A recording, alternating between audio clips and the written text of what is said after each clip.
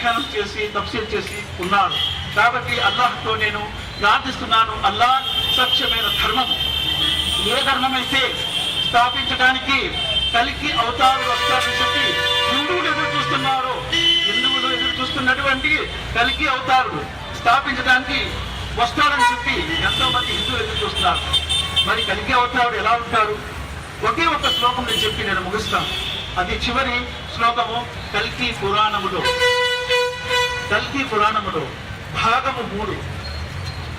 భాగము 3 అధ్యాయం 21 శ్లోకం 39.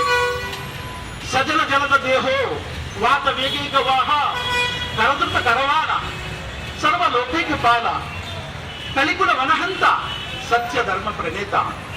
కలికి అవుతాడు ఇలా ఉంటాడని చెప్పి కలికి పురాణం అంటుంది. సజల జలద దేహో, మెరిసే మేఘములాగా ఆయన దేహం ఉంటుంది. అంటే అంత మెరుపుగల దేహం గలవారే ఉంటారు. మహాప్రవక్త ముహమ్మద్ సల్లల్లాహు అలైహి వసల్లం వారు వస్తూ ఉంటే ఆయన శిష్యులు అనుకున్నారు రాత్రి సందర్భంలో చంద్రుడు భూమిపై వస్తున్నాడని చెప్పి. ఎందుకంటే ఆయన ముఖము అలా ప్రకాశించేది.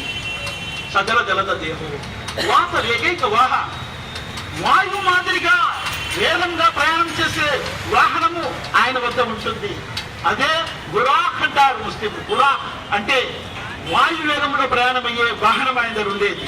భూమి నుండి మొదటి ఆకాశం, రెండో ఆకాశం, 3, 4, 5, 6, 7 ఆకాశాలు అల్లాహ్ దగ్గరికి వెళ్ళి మాట్లాడి వచ్చారు. అదే వాహనము బురాక్ అనే వాహనము. వాత వేగైక వాహ కరదృత కరవాణ, ఆయన చేతిలో ఖడ్గం ఉంటుంది.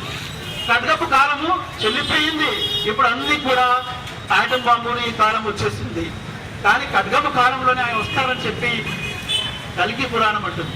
ఈ కాలంలో ఇంకా రాడు, అయిపోయింది, ఆ కాలం చెల్లిపోయింది. కరదృత కరవాణ సర్వలోకైక పాల, సకల లోకాన్ని పరిపాలిస్తారు. అందుకే లామాఖ్యన్ అన్నాడు 20 ప్రాపంచిక సామ్రాజ్యాలు ఒక ఆధ్యాత్మిక సామ్రాజ్య సంస్థాపకుడు అని ముహమ్మద్ సల్లల్లాహు అలైహి వసల్లం అందుకే అన్నారు.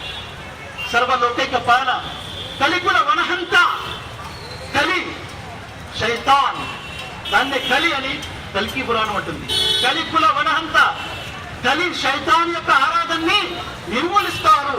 అంటే సృష్టి పూజను ఖండిస్తారు. ఏ ధార్మిక గ్రంథం కూడా సృష్టిని పూజించండి అనలేదు, సృష్టికర్తను పూజించండి అంటుంది. కాబట్టి సృష్టి పూజను ఆయన ఖండిస్తారు. కలికుల వనహంత సత్య ధర్మ ప్రణీత, సత్య ధర్మాన్ని స్థాపిస్తారు. లియుస్బిరహు అలా దీని వల్లది అర్సల రసూల బిల్ హుదా వ దీని